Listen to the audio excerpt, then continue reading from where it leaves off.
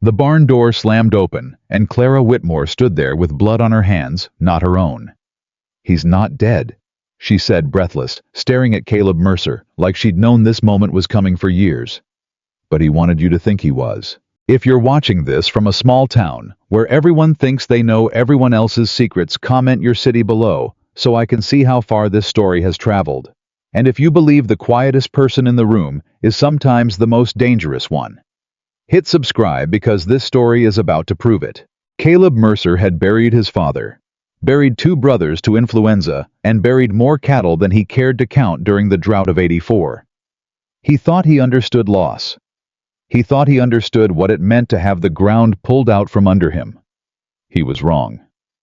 "Read it again."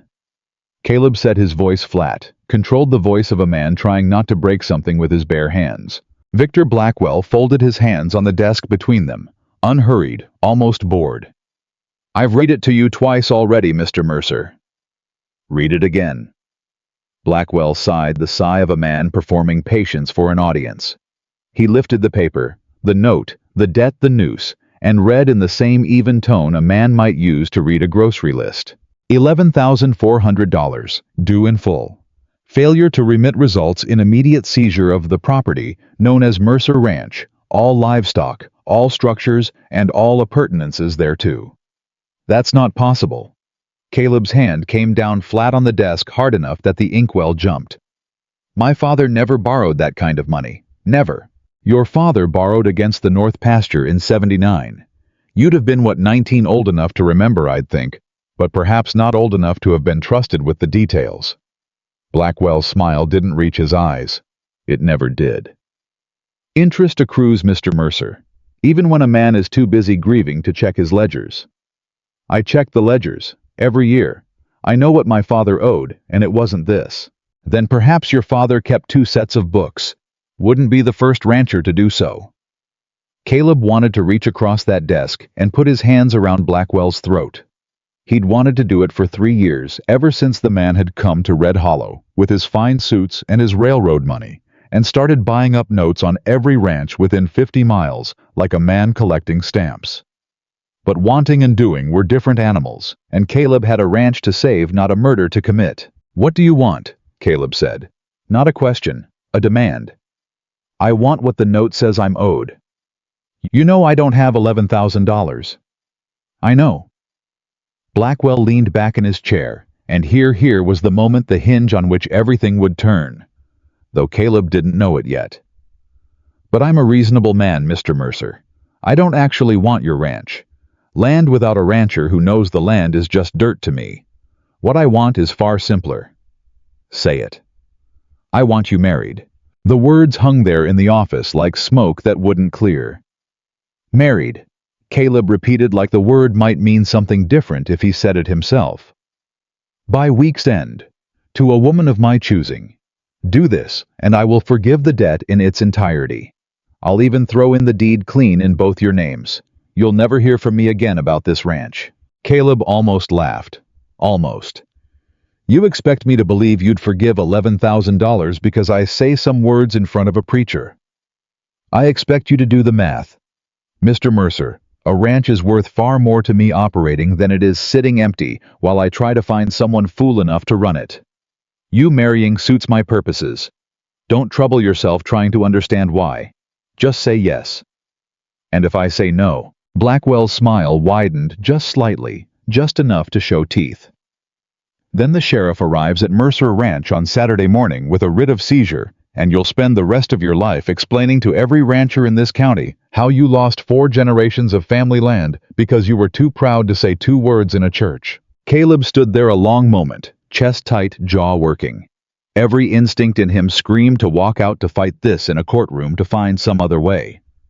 But he knew Blackwell's judges. He knew Blackwell's lawyers. He'd watched 3 other ranchers try to fight this exact war and lose everything faster and more humiliatingly than if they'd simply surrendered. "Who," Caleb finally said, "is the woman?" Something flickered across Blackwell's face there and gone so fast, Caleb almost missed it. If he hadn't been staring so hard, hunting for any crack in the man's composure, he'd have missed it entirely. It looked for just a moment like fear. Clara Whitmore, Blackwell said. The seamstress. Red Hollow was not a large town.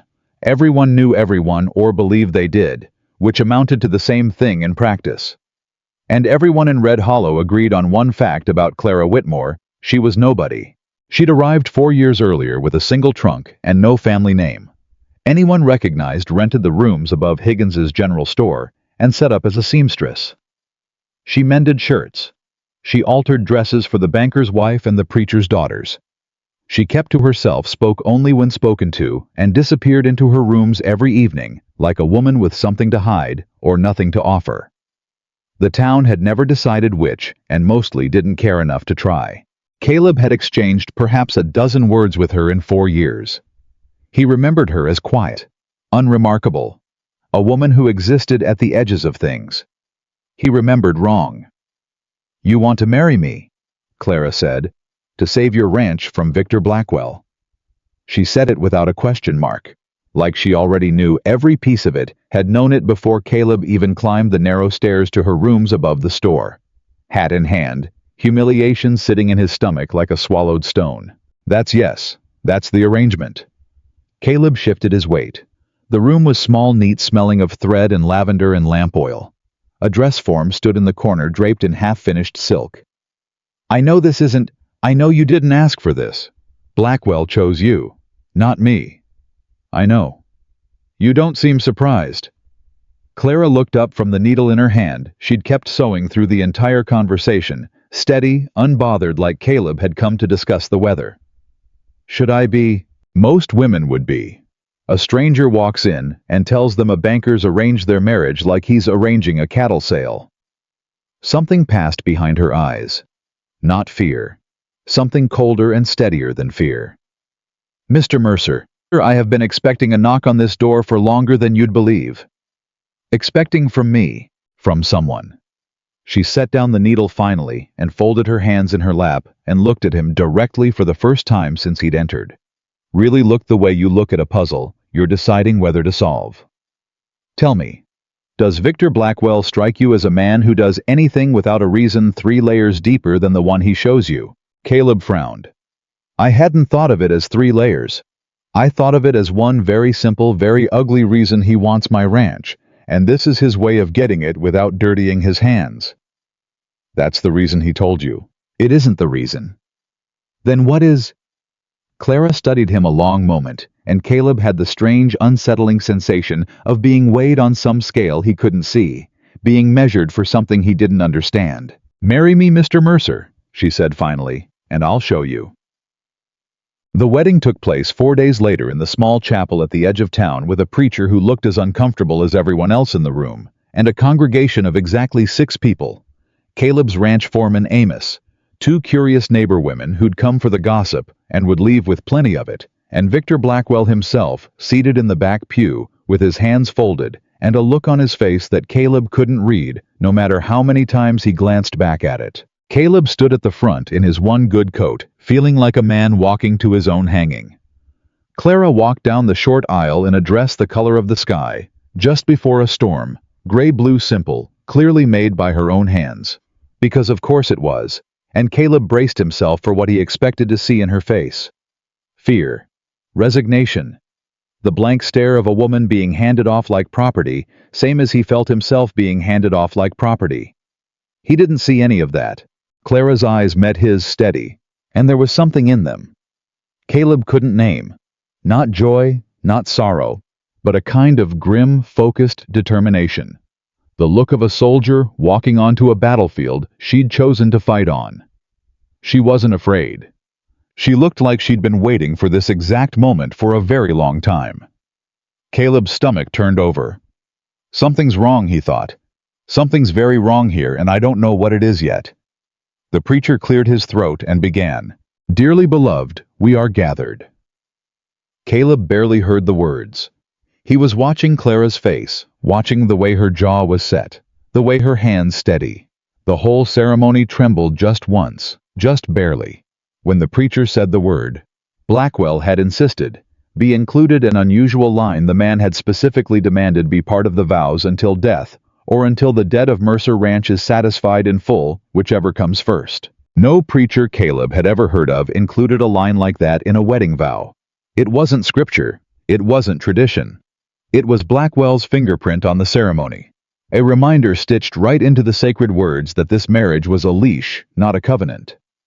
Clara's jaw tightened at those words. But she said, "I do," without hesitation, without a flicker of doubt, in a voice clear enough to carry to the back pew where Blackwell sat. And Caleb, watching Blackwell's face as those words were spoken, saw something that chilled him more than anything else that day.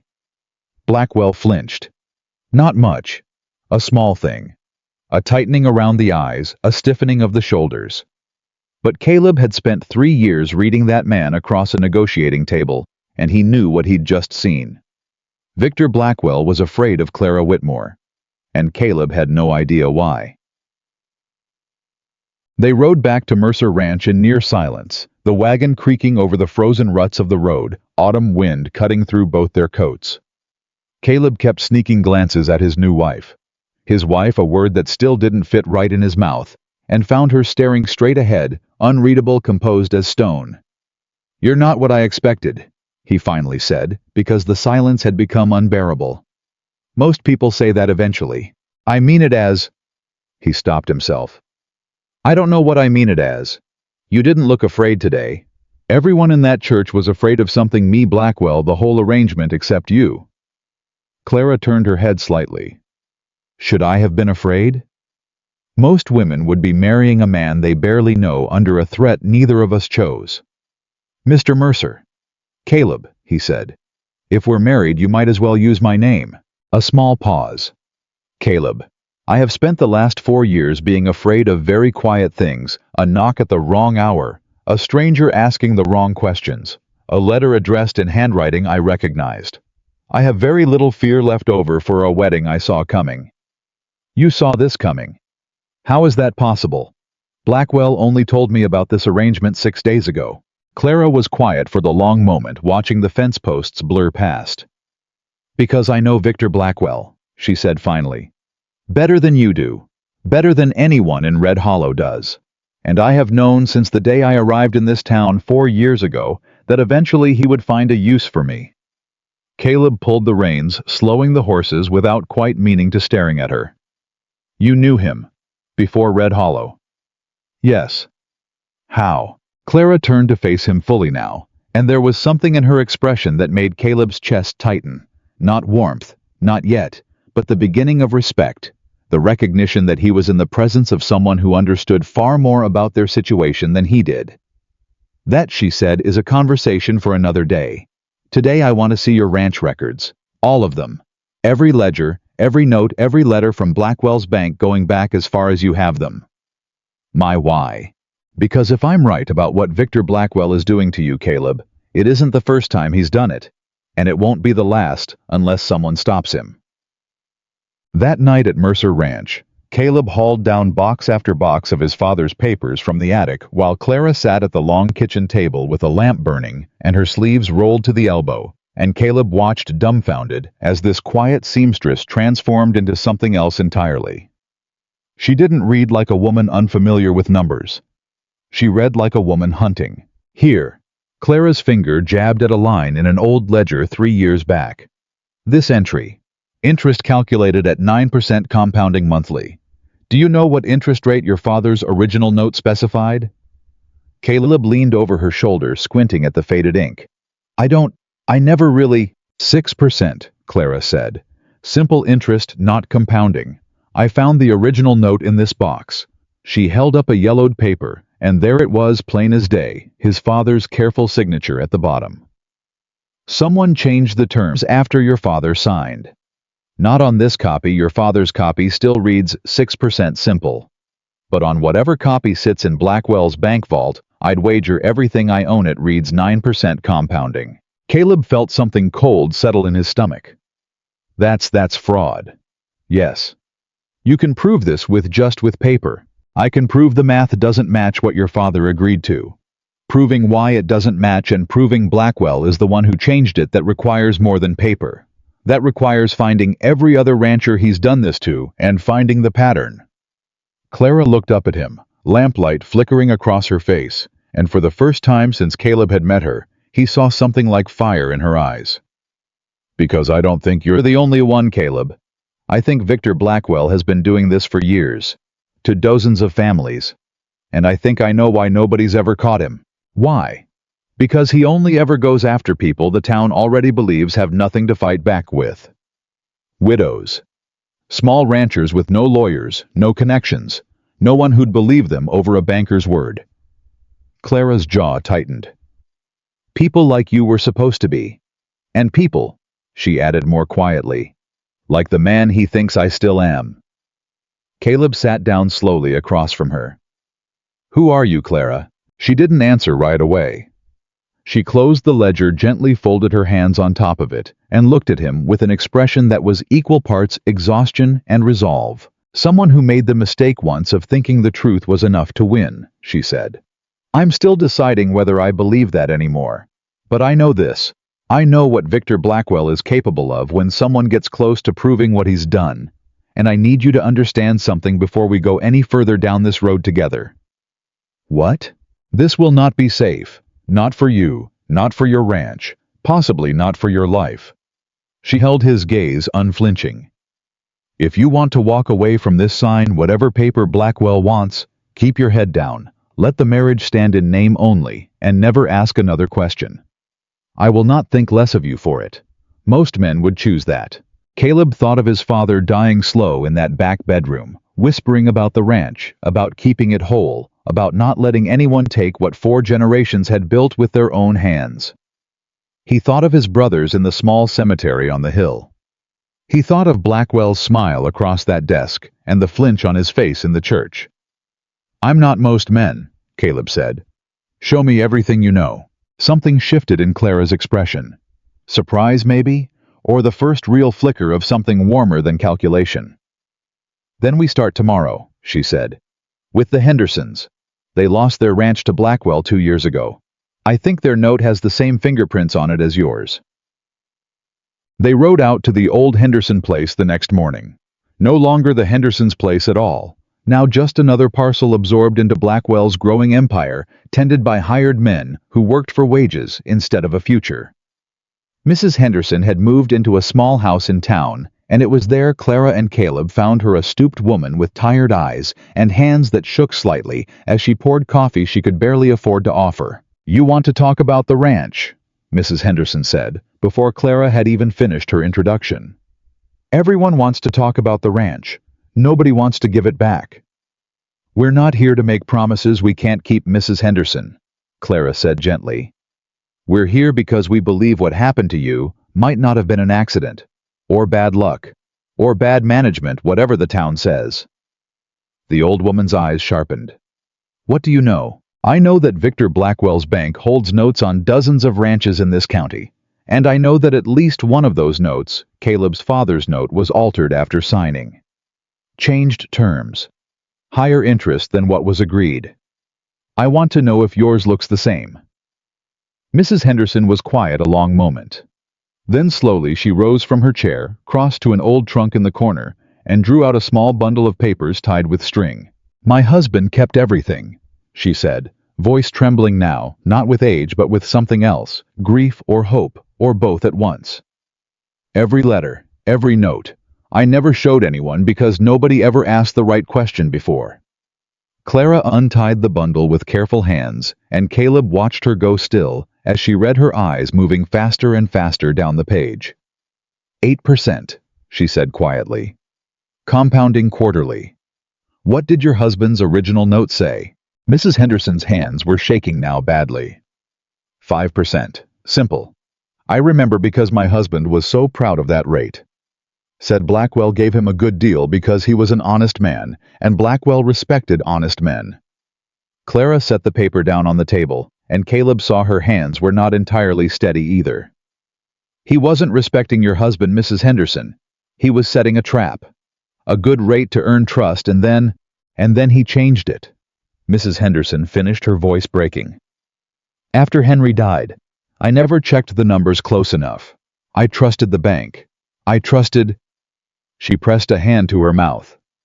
Caleb reached across the table, an instinct he didn't think about, and took the old woman's other hand in his. "You're not the only one," he said quietly. "It happened to my father too. We think it's happened to more than just us." Mrs. Henderson looked up at him, eyes wet. "You mean I'm not a fool? I always thought the whole town thought Henry and I just mismanaged the place, borrowed more than we could pay." "You weren't fools," Clara said, and her voice carried a conviction that made the room go still. "You were victims, and I intend to prove it." Back at Mercer Ranch that evening, Caleb found himself watching his wife across the kitchen table with an entirely new kind of attention. Not suspicion anymore. Not quite. Something closer to awe tangled up with unease he couldn't fully name. "How do you know how to do this?" he asked, watching her cross-reference two ledgers with the speed and precision of someone who'd done it 1,000 times before. "Read contracts like this. Spot fraud in a column of numbers most men wouldn't even think to question." Clara didn't look up right away. "I told you. I made a mistake once thinking the truth was enough." "You keep saying that. What does it mean?" She set down her pen finally and rubbed her eyes, and for the first time, Caleb saw exhaustion crack through her composure. Not the exhaustion of a long day, but something older, deeper, worn into her over years. 6 years ago, Clara said slowly, I lived in Boston. My father was a bookkeeper for a shipping firm. A good man. Careful. Honest to a fault. And he discovered the same way I discovered your father's ledger, the same way I just discovered Henry Henderson's, that the man he worked for was embezzling from investors, falsifying accounts, ruining families who trusted him with their savings. What happened? My father brought it to the authorities. I helped him build the case. I was young, but I understood numbers the way some people understand music always have. We thought the truth would be enough. We thought if we simply proved what happened, justice would follow. It didn't. Clara's jaw tightened. The man we exposed had friends, judges, newspapermen who owed him favors. Within a year, my father was dead, officially an accident, though I have never believed that for one single day of my life, and I was branded a liar, a hysterical woman inventing scandal to destroy an innocent man's reputation. My family's name was ruined. Every door in Boston closed. I had nothing left, no one who would hire me, no one who would even speak to me on the street. So you came west. I came anywhere, Clara said, quiet and fierce all at once. I changed my name for a time. I learned to sew because it let me work with my hands and disappear into a corner of a town where no one asked questions. I told myself I was done fighting battles I couldn't win. Caleb sat with that a long moment. And the man who ruined your family, the one your father exposed. Clara looked up, and her eyes were steel now, cold and certain. Victor Blackwell, she said. Before he came to Wyoming with his railroad money and his fine suits and started buying up ranches like a man collecting stamps, he was a shipping investor in Boston, and my father was the man who almost brought him down. The room went very quiet. He knows, Caleb said slowly, understanding dawning like ice water down his spine. That's why he chose you. He didn't pick you at random to punish me. He picked you because he recognized my name the moment he came to this county and found me hiding in it, Clara finished. And because he wanted to remind me every single day that he still holds every piece of power in this world, and I hold nothing. Her hands curled into fists on the table. He thought marrying me off to a struggling rancher would break whatever spirit I had left. A final humiliation. A woman with nothing tied to a man about to lose everything, both of us grinding along under his thumb until we broke. He miscalculated, Caleb said. Clara looked at him, something unreadable passing across her face. Did he? You're not broken, and I'm not about to be either. Not while you're sitting at my table finding the exact numbers that could bring him down. For the first time since Caleb had met her, Clara Whitmore. Clara Mercer, now he supposed, though the name still felt strange, even in his own head, smiled. It was small, tired, but real. Then let's finish what my father started, she said. But if Caleb thought the hardest part was behind them, he was about to learn otherwise. 3 days later, Amos, his foreman, came running from the east pasture, hat gone, breath ragged. Boss, you need to come see this. Caleb ran, Clara close behind him. Skirts hitched, moving faster than any lady in Red Hollow had ever been seen moving, and what they found at the fence line stopped Caleb's heart cold. 12 head of cattle dead. Not from sickness, not from cold. Shot deliberate execution style, left where they'd fallen like a message written in blood on frozen ground. Blackwell. Caleb breathed rage climbing up his throat like bile. He wouldn't do this himself, Clara said, kneeling by one of the carcasses, examining it with a steadiness that unsettled Caleb even now. He's too careful for that, but he'd hire men who would. This is a warning. This is more than a warning. Clara stood brushing frost from her skirt, her face pale but composed. This is him telling us he knows exactly what we've been doing. The Hendersons, the Ledgers, all of it. He has eyes in this county, Caleb, more than either of us realized. Then we're not safe. We were never safe, Clara said quietly. The moment I said I do in that church, we were both already in his sights. The only question now is whether we finish what we started, or whether we let this, she gestured at the slaughtered cattle, jaw tight with fury, be the last warning we get before something worse. Caleb looked at his dead cattle at the fence line, at the vast dark expanse of the ranch his family had bled and sacrificed for across 4 generations, and then at his wife, steady, unbroken, more alive with purpose than any woman he'd ever known. We finish it, he said. That was the moment, though, neither of them knew it yet, that Red Hollow itself began to change. Word of the dead cattle spread through the county within a day. Amos wasn't a quiet man, and grief has a way of loosening tongues. But something unexpected happened alongside the gossip. Other ranchers started talking. Quietly at first. A word here, a glance there at the feed store after church, in low voices over fence posts. Did you ever check the interest on your note? Did the numbers ever seem strange to you after the bank recalculated? By the end of that week, 3 more families had come forward. The Garrisons, the Ott's-old widow, Fairweather, who'd lost her husband's homestead the previous spring. Each with their own bundle of papers, each with their own story of a note that had somehow mysteriously grown teeth after signing. Clara sat at the kitchen table, night after night, lamp burning past midnight, cross-referencing every ledger, every altered rate building, what she called the pattern. A web of dates and numbers that taken together painted a picture no honest judge could ignore. Look at this, she said one night, nearly 2 weeks into the work, spreading 5 ledgers across the table, like a general laying out a battle map. Every altered note follows the same signature, same handwriting on the amended terms, not Blackwell's own hand. He's too careful for that, but the same clerk's hand every single time. A man named Elias Pratt. Blackwell's head clerk, Caleb said, recognizing the name instantly. If we can get Pratt to admit what he's done, even just confirm the handwriting, confirm he altered these terms on Blackwell's orders, we have more than suspicion. We have a confession that ties directly back to Blackwell himself. You think Pratt would turn on him? Clara's eyes were sharp, calculating. Every man who does another man's dirty work eventually starts wondering what happens to him when he's no longer useful. I think Elias Pratt has been wondering that for a long time. He just needs someone to ask him the right question at the right moment in a way that makes turning against Blackwell feel safer than staying loyal to him. And you know how to ask that question.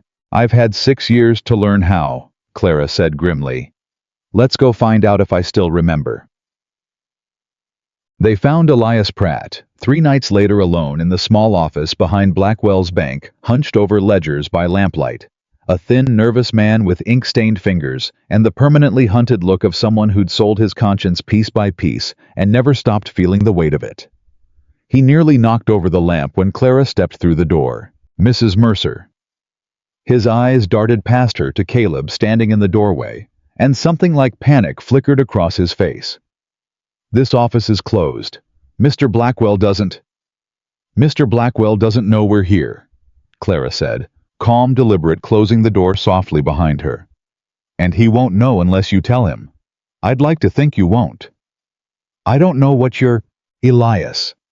Clara's voice was gentle now, almost kind, and Caleb watched fascinated as she transformed again, no longer the fierce investigator of the kitchen table, but something softer, more patient, the voice of a woman coaxing a frightened animal out of a trap.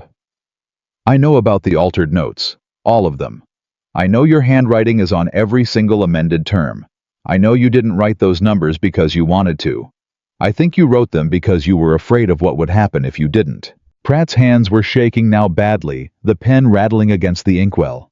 You don't understand what he's capable of. I understand better than anyone in this county, Clara said quietly. I watched him destroy my family in Boston 6 years ago, and I have spent every day since then learning exactly what he's capable of. Which is why I'm asking you, Elias, not as a threat, but as an offer. Help us prove what he's done, and I will make certain you're protected. The families he's ruined don't want your ruin. They want the truth. There's a difference. Pratt was silent a long moment, staring down at the ledger in front of him, at years of careful, cowardly forgeries laid out in his own careful, cowardly hand. If I help you, he said finally, voice barely above a whisper, and he finds out before it's finished, he'll kill me. The way he killed the Sorensen boy 2 years back, when the boy started asking too many questions about the Henderson note. Everyone thinks that was an accident too. Caleb's blood went cold. That's murder. That's Victor Blackwell, Pratt said, and there were tears in his eyes now, years of buried guilt finally breaking loose. I have hated myself every single day since I wrote the first false number on the first false ledger. I told myself I had no choice. I told myself it was just numbers on a page, that it didn't really hurt anyone. He looked up at Clara, at Caleb, hollow-eyed. But I saw Mrs. Henderson in town last week. I saw what we did to her. I can't keep telling myself the lie anymore. Then help us end it, Clara said softly. Please. Elias Pratt closed his eyes, and when he opened them again, something in his face had settled, resolved like a man finally setting down a weight he'd carried too long. I'll write it all down, he said. Every note, every date, every order he gave me. God help me, I'll write all of it down. Progress, though, has a way of drawing attention, and attention in red. Hollow traveled faster than any of them accounted for. 2 days after their meeting with Pratt, Caleb found a note nailed to his own front door, the handwriting elegant, unmistakable. Mr. Mercer, I trust the marriage is proving educational. A word of caution. Curiosity in this county has a way of shortening lives. Consider this a courtesy I extend to few men. V.B. Caleb crumpled the note in his fist jaw tight with fury, and found Clara reading it over his shoulder, her face gone pale, but her eyes steady. He knows about Pratt, Caleb said. He suspects, Clara corrected. If he knew for certain, Pratt would already be dead, and so likely would we. This is a warning shot. He's testing whether fear will make us stop before he has to take a bigger risk. And if it doesn't? Clara looked at him, and there was something fierce and unbreakable in her gaze that steadied Caleb's own racing heart. Then he escalates, and we need to be faster than he is. That night, they rode to 3 more ranches under cover of darkness. The Garrisons, the Ott's old widow, Fairweather gathering signed statements, copies of altered notes, everything. Clara could compile into a case, too large, too documented, too public, to simply be silenced with a bullet in the dark or a fire in the night. By the end of the week, they had testimony from 7 families. Pratt's confession written in his own trembling hand, naming dates, naming amounts, naming the exact moments Blackwell had ordered each fraud, and Clara's own painstaking analysis laid out with the precision of a woman who had spent 6 years since Boston perfecting exactly this kind of work, waiting though she hadn't known it until now for exactly this kind of fight. This is enough, Caleb said, staring at the stack of papers on the kitchen table, feeling something like hope for the first time in weeks. This is enough to bring him down. It's enough to start, Clara said carefully. But Caleb, once we take this beyond Red Hollow, once we bring it to a federal marshal or a territorial judge, there's no going back. Blackwell will know everything. He'll know it was us. And a cornered man like Victor Blackwell doesn't surrender quietly. I know. I need you to understand what that means. He tried to warn us with a note on your door. Next time it won't be words. Caleb reached across the table and took her hand, the first time he'd done so without hesitation. without the strange formality that had governed every touch between them since their forced wedding, and found her fingers cold, trembling slightly despite her steady voice. "I buried my father and 2 brothers on this land," he said quietly. "I nearly lost the ranch to a man who's been stealing from this whole county for years. I'm not about to lose my nerve now, not when we're this close." "Are you?" Clara looked down at their joined hands, and something shifted in her face. The walls she'd built over 6 years of hiding cracking, just slightly, just enough for Caleb to see the frightened, determined woman underneath all that careful composure.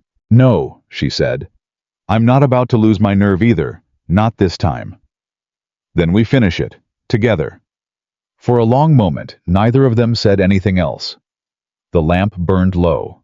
The wind rattled the windows. And in that quiet kitchen, in a marriage that had begun as punishment, as leverage, as a weapon wielded by a cruel and powerful man, something else had begun to grow. Something neither of them had expected, and neither of them was quite ready yet to name. But outside in the darkness, beyond the ranch house windows, Victor Blackwell's men were already watching, already reporting back, already preparing the next move in a war that was about to become far more dangerous than either Caleb or Clara understood. Because Victor Blackwell had not built an empire on ranch after ranch, family after family, by losing gracefully. And when Clara Whitmore's name reached his ears again, in connection with a case being quietly prepared for a territorial judge, something in Victor Blackwell went very, very cold. He picked up his pen. He wrote a single letter addressed to a man in Cheyenne whose name never appeared on any legitimate ledger, a man whose services cost far more than money. And he smiled the same smile Caleb had seen across that desk weeks earlier, the smile of a man who believed with absolute certainty that he could not lose. He was about to discover exactly how wrong he was. Because the man in Cheyenne he'd written to that night was already known to Elias Pratt, known by name, known by reputation, known as the same man who had visited Red Hollow 2 years earlier, right before young Sorensen turned up dead at the bottom of a ravine, with a horse that had never once in its life been known to stumble. Pratt showed up at Mercer Ranch before sunrise, pounding on the door so hard, Caleb came down the stairs with his rifle already in hand.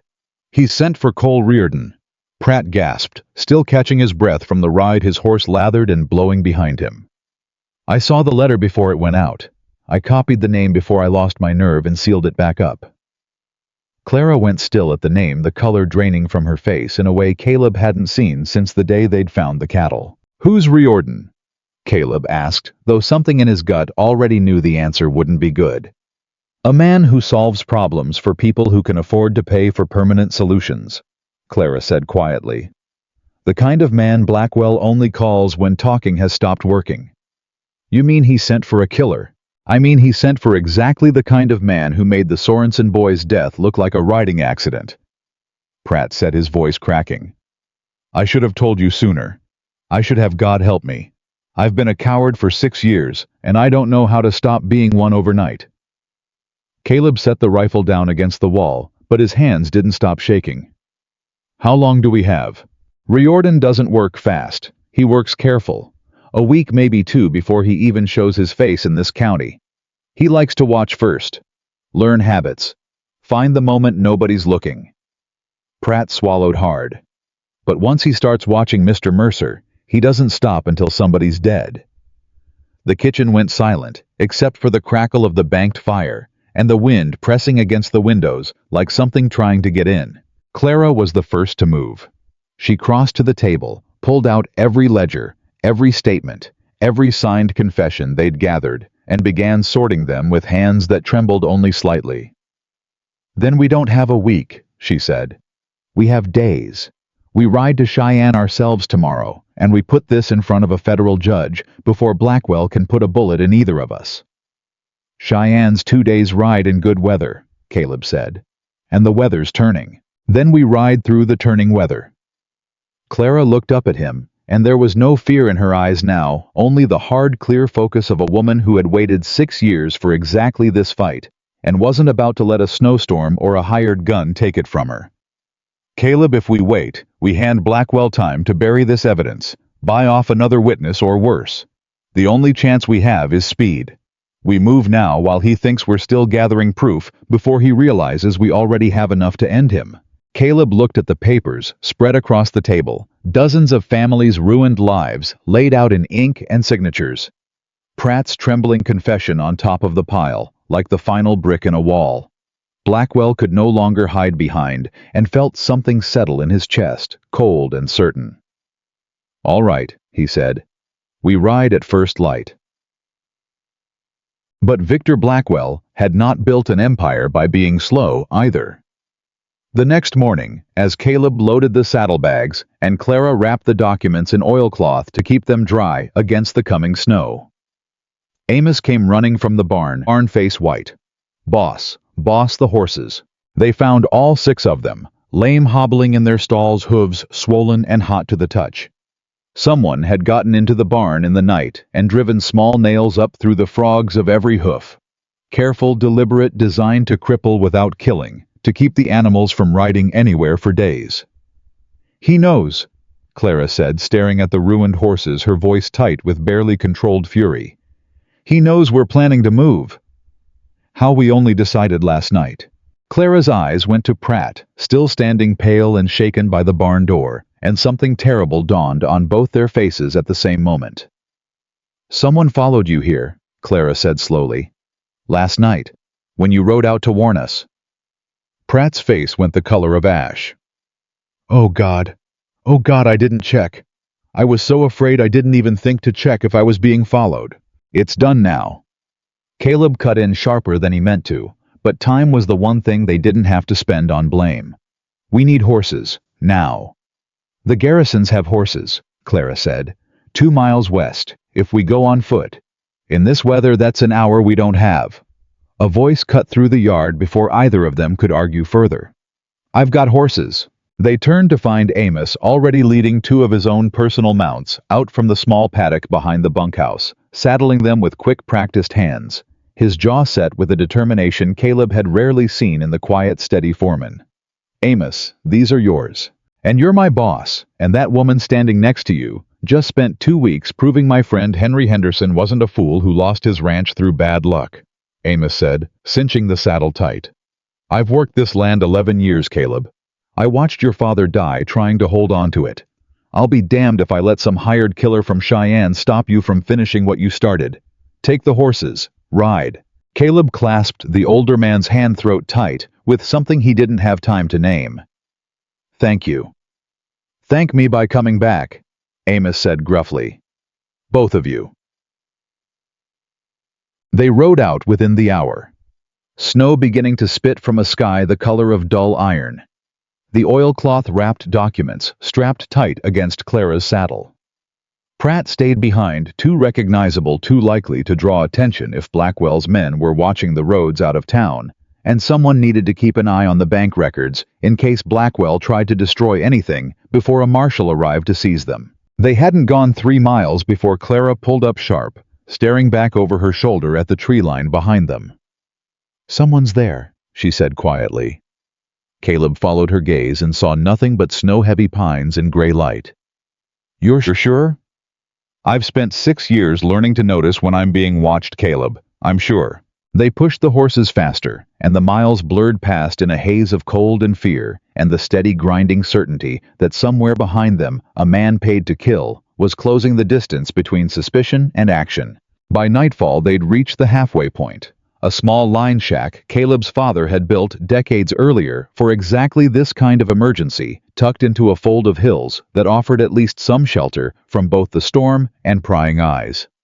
They tied the horses inside the lean-to, built a small fire low enough not to throw light beyond the walls, and sat close together in the flickering dark exhaustion and fear, both pressing down heavy.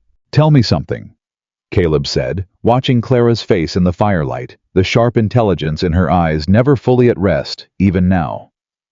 "When this is over, when we've brought this to the judge, when Blackwell's finally answering for what he's done, what happens to us?" Clara looked up, surprised by the question. "What do you mean?" "I mean this marriage started as a punishment. A leash Blackwell put around both our necks. But somewhere in the last 3 weeks, I stopped thinking of you as a stranger forced on me by a man I hate, and I started thinking of you as..." He stopped searching for the word, finding it harder than he expected. As someone I don't want to lose. Whatever happens to Blackwell, whatever happens to the ranch, I don't want this to just end when the threat does. Clara was quiet a long moment, the fire crackling low between them, and when she finally spoke, her voice was softer than he'd ever heard it. I told myself after Boston that I would never let myself need anyone again, she said. Needing people is how you get hurt, Caleb. My father needed the truth to matter, and it cost him his life. I needed my community to believe me, and instead they cast me out. I built a life in Red Hollow specifically, so I would never have to need anything from anyone ever again. And now I rode 2 days through a snowstorm with a man who took my hand across his kitchen table and said, "We finish it together," like he actually meant it. She looked at him, firelight catching the wet shine in her eyes. I don't know how to stop being afraid of needing you, Caleb, but I think it might already be too late to keep myself from it. Caleb reached across the small space between them and cupped her cold cheek in his rough, work-worn hand, and for a moment, just a moment, suspended there in the firelight, with a killer somewhere behind them in the dark, and a fight still ahead of them in Cheyenne. The war outside the walls fell away entirely. Then let's stop being afraid together, he said quietly. Clara leaned into his touch, and something unspoken passed between them. Fragile and new, and entirely unlike anything either of them had expected from a marriage that had begun as Victor Blackwell's cruelest weapon.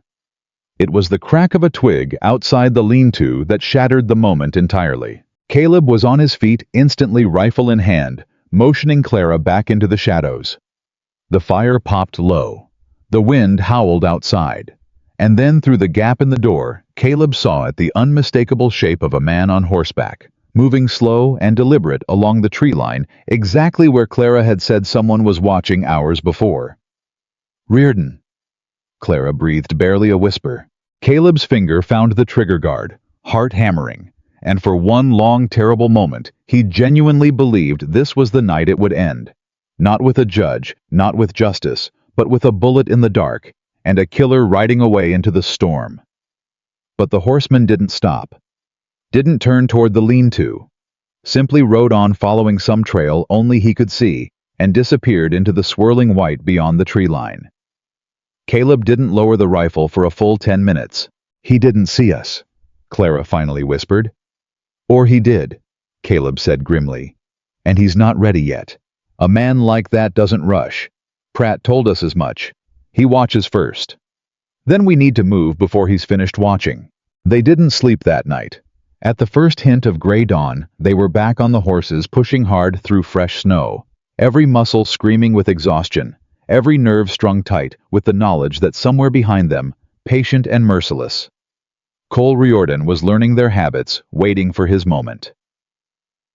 They reached Cheyenne on the evening of the second day, half-frozen, saddle-sore, and utterly spent, but alive, and with the documents miraculously still dry and intact beneath the oilcloth. The federal courthouse was a squat brick building that looked to Caleb's exhausted eyes like the most beautiful thing he'd ever seen. But when they finally stood before the clerk's desk, breathless and desperate, the man behind it looked at them with weary, unimpressed eyes. "Judge Whitfield doesn't see walk-ins," the clerk said flatly. "You'll need to file a formal complaint and wait for a hearing date. Could be weeks." "We don't have weeks," Caleb said, fighting to keep his voice level. "We have evidence of systematic fraud against dozens of families, and possibly a murder tied to covering it up. This can't wait for a formal filing process."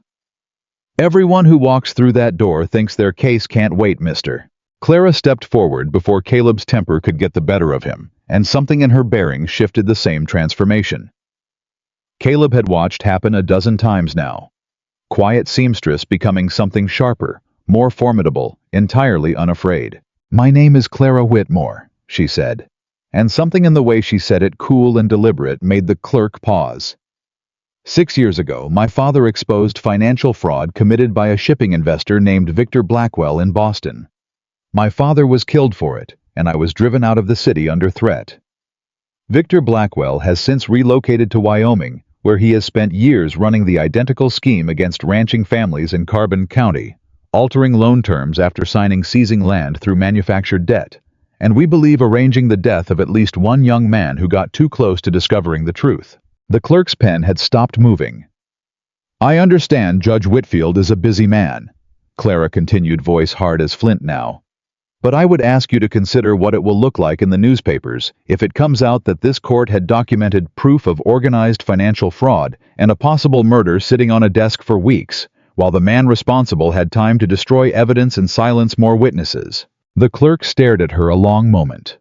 Then, without a word, he stood and disappeared through a heavy oak door behind his desk. 5 minutes later, they were standing in front of Judge Amos Whitfield himself. No relation to Caleb's foreman, but sharing his same weathered, no-nonsense bearing, a man in his 60s with sharp eyes that missed nothing as he flipped through the papers. Clara laid before him the ledgers, the altered notes, Pratt's confession, the sworn statements from 7 ruined families. The judge read in silence for nearly 20 minutes, while Caleb and Clara stood exhausted, aching, hardly daring to breathe. Finally, Whitfield looked up, his expression unreadable. "This is either the most elaborate fraud investigation I've seen presented by private citizens in 20 years on this bench," he said slowly, "or it's an act of remarkable civic courage, Mrs. Mercer." He glanced at Clara's papers, at the surname she'd only carried for a few short weeks. "If even half of this holds up under scrutiny, Victor Blackwell will spend the rest of his natural life in a federal penitentiary." Relief hit Caleb so hard his knees nearly buckled. But the judge wasn't finished. "I'll issue a warrant for the seizure of Blackwell's bank records and a summons for his appearance before this court within the week.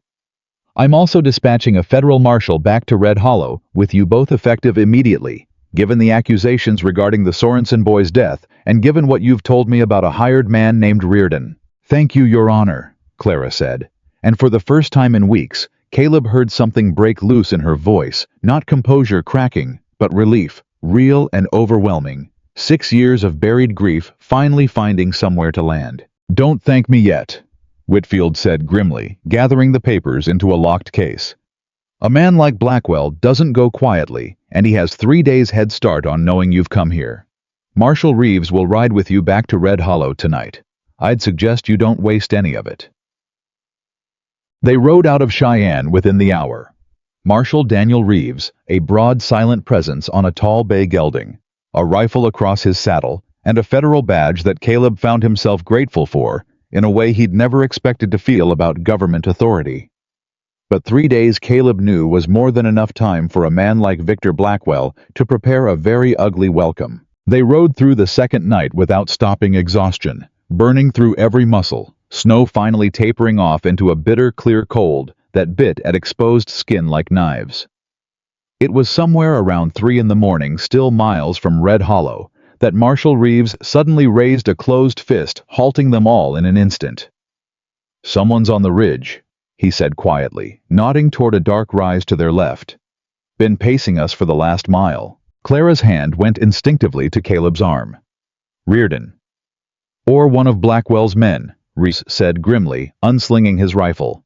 "Either way, we don't wait to find out which." They pushed the horses into a hard gallop, snow flying, hearts hammering. And behind them Caleb heard it, the unmistakable crack of a rifle shot splitting the frozen air. Clara's horse screamed and stumbled. "Clara." Caleb's heart stopped as he wheeled his own mount back, watching in horror as she fought to control the panicked animal. The horse's shoulder grazed and bleeding, but still upright, still running. "I'm all right," she shouted back, voice tight with adrenaline. "Keep moving." A second shot rang out, closer this time, and Marshal Reeves returned fire toward the ridge, buying precious seconds as they drove the horses harder, faster. Every one of them, praying the animals held out until they cleared the open ground and found cover in the tree line ahead. They didn't stop until they'd put 3 miles between themselves and the ridge, finally slowing in a stand of pines, thick enough to break the wind and hide their trail. All 3 of them breathing hard, hearts pounding. Clara's wounded horse, limping but alive. "That was Reardon," Clara said, once she'd caught her breath enough to speak. "That was a warning shot. If he'd wanted us dead, Marshal, we'd already be dead. That man doesn't miss." "Then why didn't he finish it?" Caleb demanded, still shaking with adrenaline and fear for her. Marshal Reeves answered before Clara could. "Because now there's a federal marshal riding with you, Mr. Mercer. Killing a private citizen is one problem for a man like Blackwell." Killing one in front of federal law enforcement is an entirely different animal, and even a man as arrogant as Victor Blackwell isn't fool enough to invite that kind of attention. He reloaded his rifle with steady, practiced hands. He's trying to scare you back, make you turn around before you reach Red Hollow with that warrant. It's not going to work, Caleb said. I didn't figure it would, Reeves said almost admiringly.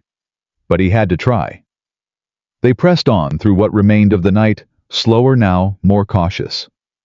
Clara's injured horse tended as best they could manage, and by the time gray dawn broke over the hills, Red Hollow finally came into view. Below them small familiar, and utterly unaware of the storm about to break over it.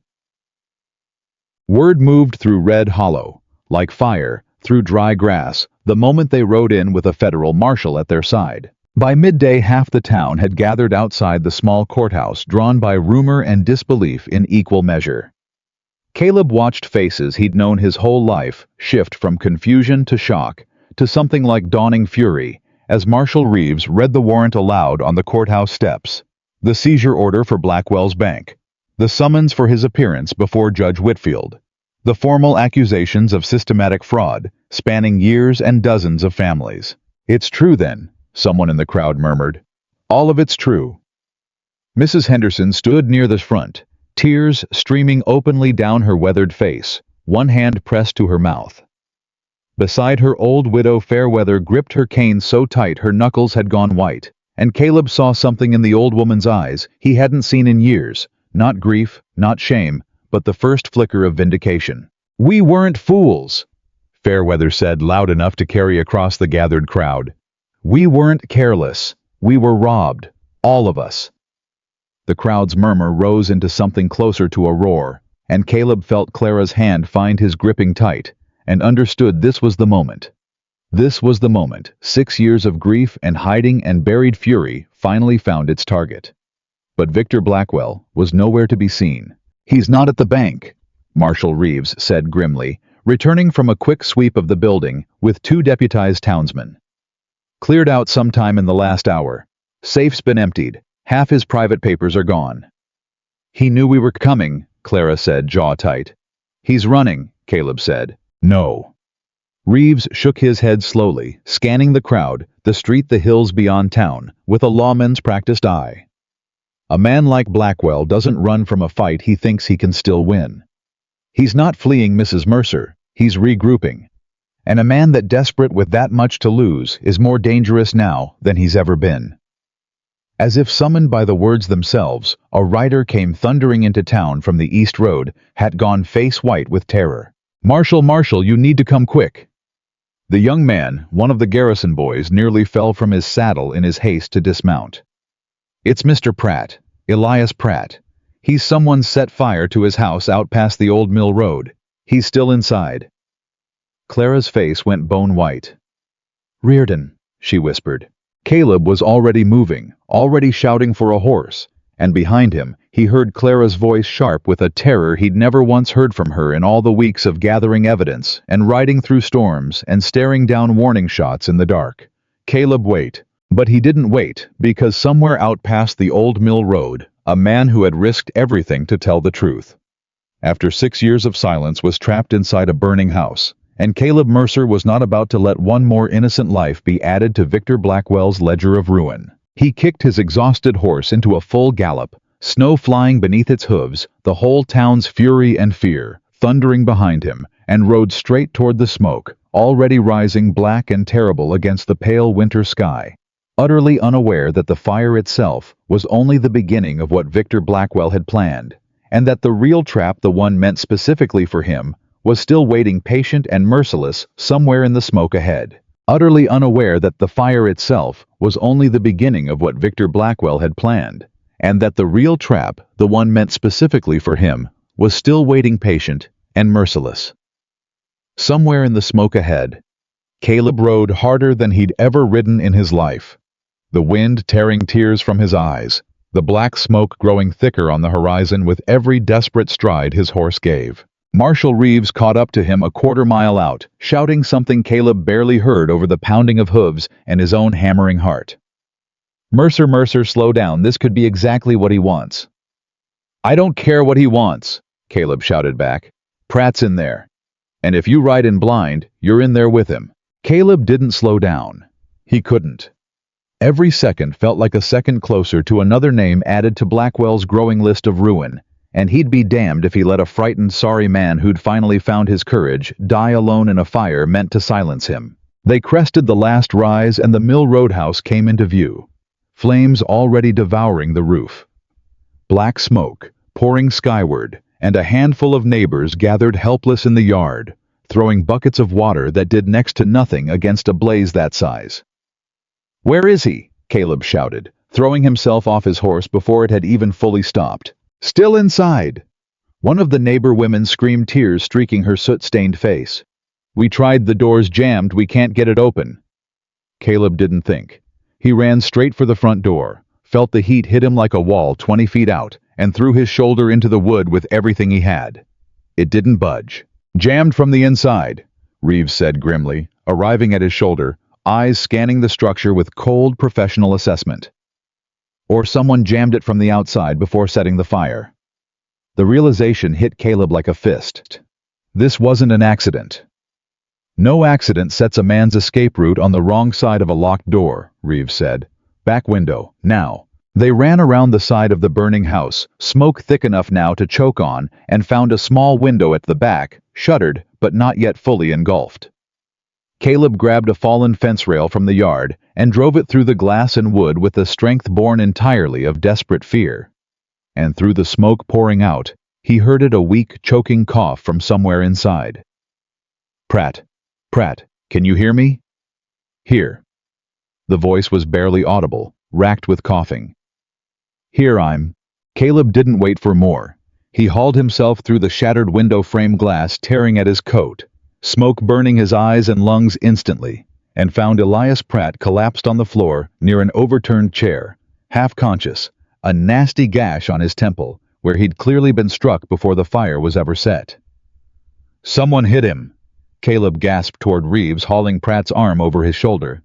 This wasn't him trapped by accident, someone knocked him out and left him to burn. They dragged Pratt back through the window together, Reeves pulling from outside while Caleb pushed from within, smoke now filling the entire back room, and the moment they cleared the wall, a section of roof collapsed inward with a roar that sent sparks and ash exploding skyward. They fell into the snow outside, all three of them coughing, gasping alive. Pratt's eyes fluttered open, dazed, disoriented. "Riordan," he croaked. "He was waiting for me. Inside my own house. Said Blackwell sends his regards. Said next time, there won't be a window." Caleb's blood ran cold. "He's still out here," Caleb said, scanning the tree line with a fresh jolt of terror, remembering the rider on the ridge, remembering the warning shot in the dark. "He's watching right now." Reeves already had his rifle up, sweeping the tree line with hard, practiced eyes. "Then we don't stand around admiring the fire. Get Pratt on a horse. We're moving." They got Pratt back to town, wound tended by the local doctor, shaken but alive, and Caleb finally allowed himself one full breath of relief before the weight of everything else came crashing back down. Clara was waiting at this doctor's office, and the moment she saw Caleb walk through the door, soot-streaked coat, torn hands shaking with the aftermath of adrenaline. 3 quick strides and threw her arms around him without a single word of hesitation. "I told you to wait," she said into his shoulder, voice breaking despite every effort at composure. "I told you, and you rode off anyway, like you didn't have a single thing left in this world to lose." "I had you to lose," Caleb said quietly, holding her tight, feeling the tremor running through her whole body. "I wasn't about to let Pratt die knowing I could have stopped it, and chose to wait instead." Clara pulled back just enough to look at him, eyes wet, fierce. "Don't you ever do that to me again." "I make no promises," Caleb said, and something in his tired, smoke-roughened voice made Clara let out a small, disbelieving laugh, despite everything, despite the fear still coursing through both of them. But the moment of relief was short-lived. "He's escalating," Marshal Reeves said grimly, stepping into the doctor's small waiting room, hat in hand. "Fire a beating, a warning shot on the trail. Blackwell's not just trying to scare witnesses anymore. He's trying to eliminate every piece of evidence and every person who can testify to it before this case ever sees a courtroom." Then we need to move faster than he can, Clara said, wiping her eyes, the fear in her expression hardening back into resolve. The seizure order for his bank records hasn't been executed. My deputies are there now securing what's left, Reeves said. But Blackwell cleared out most of his private papers before we ever got back to town. What's left in that bank vault is mostly official record, which ironically might work in our favor. Official records are the ones he was forced to falsify carefully consistently over years. Harder to hide the pattern in official paperwork than in private correspondence. Where's Blackwell now? Caleb asked. That, Reeves admitted, is the problem. Nobody's seen him since this morning. Not at the bank. Not at his house. Nobody in town's laid eyes on him in hours. A cold, uneasy silence settled over the room. He's not running, Clara said, slowly echoing what Reeves had said hours earlier, though her voice now carried a different weight, genuine dread. He's finishing something. Something he thinks will end this before it ever reaches a judge. They didn't have to wait long to find out what.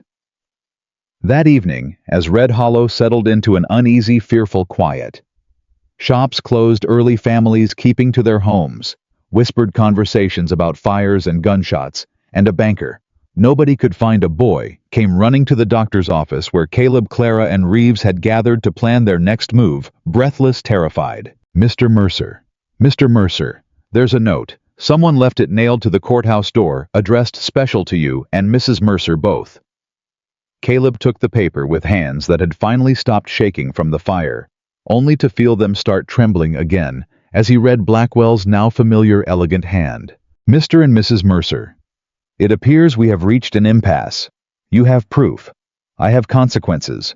I propose we settle this as civilized people tonight at the old Blackwell warehouse by the rail depot. Come alone, both of you, and I will provide something you want more than my downfall proof of exactly who murdered young Sorensen and why. Bring the marshal and you will never learn the truth. Bring anyone else, and Elias Pratt's fire will look like a mercy compared to what happens next. VB. Clara read it over his shoulder, and her face went pale, then hard as stone. It's a trap, she said immediately. He's not offering proof of anything. He's luring us somewhere private, somewhere he controls without Reeves or any other witness. I know, Caleb said grimly. We're not going. Clara. No. She grabbed his arm, fierce, desperate. We already almost lost Pratt today. I am not walking you into a warehouse controlled by a man who's already tried to have us both shot on a trail in the dark. Whatever he thinks he can offer us, it isn't worth your life. Reeves, who'd been reading the note over both their shoulders, folded his arms, expression grim but calculating. He's not going to hurt you tonight, not directly anyway. How can you possibly know that? Clara demanded. Because a dead witness and a dead rancher on the same night, federal marshals arrived in town with a seizure warrant, is the single fastest way to guarantee his own execution, Reeves said. Blackwell's arrogant, not stupid. He's not luring you there to kill you outright. He's luring you there because he still believes he can talk his way out of this. Offer you something, threaten you into silence, buy himself time. Then what do we do? Caleb asked. Reeves was quiet a moment, thinking. You go, he said finally. But not alone, whatever the note says. I'll have deputies positioned outside the warehouse, out of sight, close enough to move fast if anything goes wrong. You go in, you hear what he has to say, and you stall long enough for us to determine whether Reardon's anywhere nearby, and long enough for me to get eyes on whatever he's hiding in that warehouse. Clara looked at Caleb, fear and fury warring plainly across her face. I don't like this. I don't either, Caleb admitted. But if there's even a chance he knows something real about Sorensen's death, something that ties him directly to murder, not just fraud, that's the difference between him losing his money and him hanging for what he's done to this county. I think we have to take the risk. Clara closed her eyes a long moment, and when she opened them again, some of the fear had folded itself back into that familiar, hardened resolve Caleb had come to recognize as her armor. All right, she said. But we go in together. No matter what he says, no matter what he offers. We do not separate in that warehouse. Promise me. I promise, Caleb said, and meant it with everything he had left. The old Blackwell warehouse sat dark and hulking against the night sky, snow crunching beneath their boots as they approached lantern light, flickering faintly through a single high window. Reeves's deputies had melted into the shadows along the rail yard fence 20 minutes earlier, invisible now, close enough to reach the building in under a minute if a signal came. Caleb pushed open the heavy warehouse door. Clara closed beside him, both their hearts hammering, and found Victor Blackwell standing alone in a pool of lantern light, amid stacked crates and coiled rope hands folded behind his back, looking for all the world like a man entirely unbothered by the ruin closing in around him. "Mr. and Mrs. Mercer," Blackwell said, and there was something different in his voice now, a brittleness beneath the practiced calm, the sound of a man whose careful world had finally begun cracking at the foundations. "Thank you for coming. I confess I wasn't entirely certain you would." "Where's your proof about Sorensen?" Caleb demanded, cutting straight past any pleasantries. Blackwell's smile flickered thin and cold. "Direct. I appreciate that, actually, given the circumstances." "Very well." He reached into his coat, and Caleb tensed hand instinctively moving toward the pistol at his hip, but Blackwell only withdrew a folded paper, holding it out at arm's length. "A letter. From Cole Reardon himself, detailing the exact circumstances of young Sorensen's unfortunate accident 2 years ago. Including, I should mention, my own instructions to him at the time." Clara stared at him, stunned. "You're handing us a confession. To murder. Your own confession." "I am handing you a document that could hang me," Blackwell agreed, unbothered, "in exchange for one small consideration." "What consideration?" Caleb said flatly, already certain he wasn't going to like the answer. "Drop the fraud case. Withdraw the ledgers, the altered notes. Mr. Pratt's regrettable little confession, all of it. Convince Judge Whitfield. The matter was a misunderstanding, a clerical error blown out of proportion by grieving families looking for someone to blame for their own poor management." Blackwell's eyes glittered in the lantern light, sharp and calculating, despite the crack Caleb could hear underneath. "Do that, and I hand you Riordan's confession to the Sorensen killing, and I disappear from this county entirely. You keep your ranch free and clear. Every rancher I've wronged gets their land back quietly, without a courtroom, without my name ever being connected publicly to fraud. You want us to trade justice for dozens of families for justice for one," Clara said, voice shaking with barely restrained fury, "so you can walk away from the rest of it clean." "I want to survive Mrs. Mercer," Blackwell said, and for the first time real desperation cracked through his composure. "You of all people should understand that impulse." "I understand it," Clara said, stepping forward. Chin lifted, eyes blazing in the lantern light. "I understood it 6 years ago too, when men just like you offered my father silence in exchange for survival. He refused. It cost him his life. But it also meant he died an honest man, and I have spent every single day since then deciding whether I could live with the same choice if it ever came to me." "And what have you decided?" Blackwell asked, voice barely above a whisper now. Clara looked at Caleb, at the man who had ridden into a burning building without a second thought, who had held her hand across a kitchen table and promised to finish this together, who had proven again and again that he would rather lose everything than compromise what was right. And something in her face settled, final and unshakable. "I've decided the answer is no," Clara said. "We're not trading Sorensen's justice for everyone else's. We're taking all of it. Every ledger, every fraud, every death you've caused, straight to Judge Whitfield exactly as we planned. And you, Mr. Blackwell, are going to answer for every single one of them." Blackwell's composure finally completely shattered.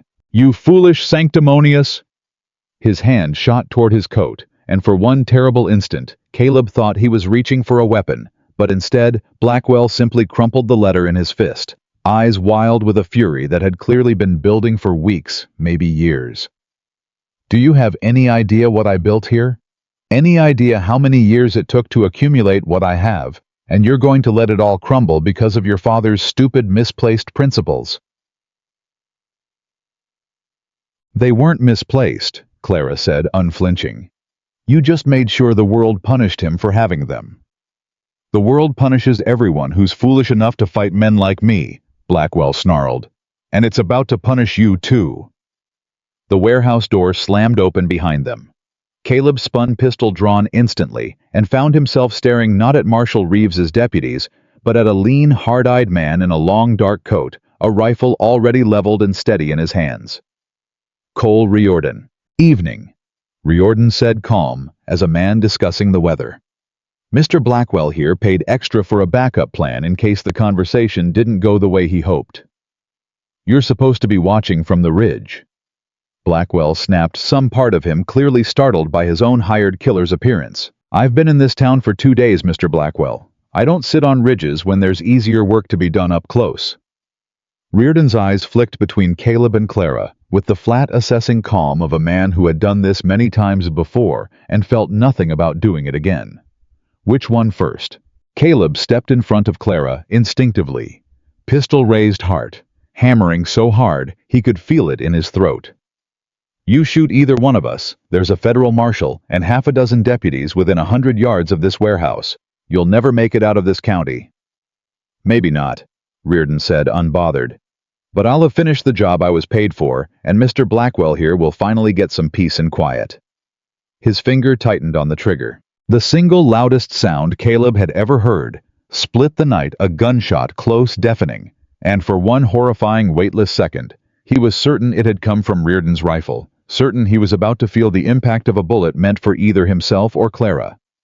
But it was Riordan who staggered, rifle clattering from his hands, a dark stain already spreading across his shoulder as he crashed backward into a stack of crates. Marshal Reeves stood in the shattered doorway, rifle still raised, smoke curling from the barrel. 2 deputies fanning out behind him into the warehouse with weapons drawn. Federal Marshal, Reeves barked. Hands where I can see them, all of you. Blackwell, cornered now between armed lawmen and his own bleeding hired gun, looked around the warehouse with the wild, desperate eyes of a man watching everything he'd built collapse in real time. This isn't over, Blackwell said, backing toward the far wall, voice cracking with something that sounded almost like panic now. I have friends, judges, men who owe me favors that go back decades. You think a territorial court can touch me? I think, Clara said, stepping forward, despite Caleb's instinctive hand on her arm. Voice steady even as her whole body trembled with adrenaline. That you said the exact same thing about my father 6 years ago, and here we are. Reeves's deputies closed in, and within minutes, Cole Riordan lay wounded but restrained, and Victor Blackwell, the most powerful man in Carbon County, the man who had ruined dozens of families and orchestrated at least one murder, stood in handcuffs in his own warehouse, stripped finally of every ounce of the untouchable arrogance he'd worn like armor for years. But if Caleb thought the danger had ended there in that warehouse with Blackwell in irons and Riordan bleeding on the floor, he was wrong, because word of the arrest spread through Red Hollow overnight like a spark through dry timber, and by morning the town had split cleanly in 2. Some, like the Hendersons, like old widow Fairweather, like the Garrisons and the Otts, gathered outside the small jailhouse in a kind of stunned, grieving relief, finally believing after years of self-blame that they had been telling the truth all along. But others, men who'd done business with Blackwell for years, men whose own fortunes were tangled up in his railroad investments and his bank loans, men who simply couldn't stomach the idea that the most powerful figure in the county could be brought down by a rancher and a seamstress, began to turn ugly. By midday, whispers had already begun crawling through Red Hollow like poison. Whispers that Clara Moore wasn't the victim she claimed to be. Whispers planted carefully by whoever remained loyal to Blackwell's fortune and reputation, that Clara had a history, dangerous, manipulative, of destroying powerful men through lies and manufactured scandal, first in Boston, now here. They're saying you did this before, Caleb said grimly, showing Clara a scrawled anonymous notice pinned to the general store's door that afternoon, his jaw tight with fury on her behalf. That you ruined an innocent man in Boston the same way you're trying to ruin Blackwell now. Clara read the notice, and Caleb watched something old and painful flicker across her face. Not surprise exactly, but the weary recognition of a wound reopening in a place that had never fully healed. This is exactly what happened 6 years ago, she said quietly. The moment the truth started to hurt him, Blackwell didn't fight the evidence. He attacked my character instead, made the story about me, not about what he'd done. She looked up at Caleb, eyes glistening but fierce. He's still doing it, even from a jail cell. He can't be doing this from a jail cell. He doesn't need to be free to do it, Clara said grimly. He just needs someone loyal enough or scared enough still willing to spread the story for him. By the following morning, the whispers had grown louder, uglier, spreading from the general store to the church steps to the feed store counter. And Caleb watched with mounting dread, as old friends who had once tipped their hats to Clara on the street now crossed to the other side to avoid her entirely. Business owners who had only days before welcomed her custom now found sudden reasons to claim they had no work for a seamstress with a reputation. The very town they'd fought to save was turning against the woman who had saved it. "They're afraid," Clara said one evening, staring out the ranch house window at the distant lights of town, her voice hollow with an exhaustion that went far deeper than physical tiredness. Blackwell built half this county's prosperity, even if it was built on fraud. If he falls, they're afraid of what falls with him.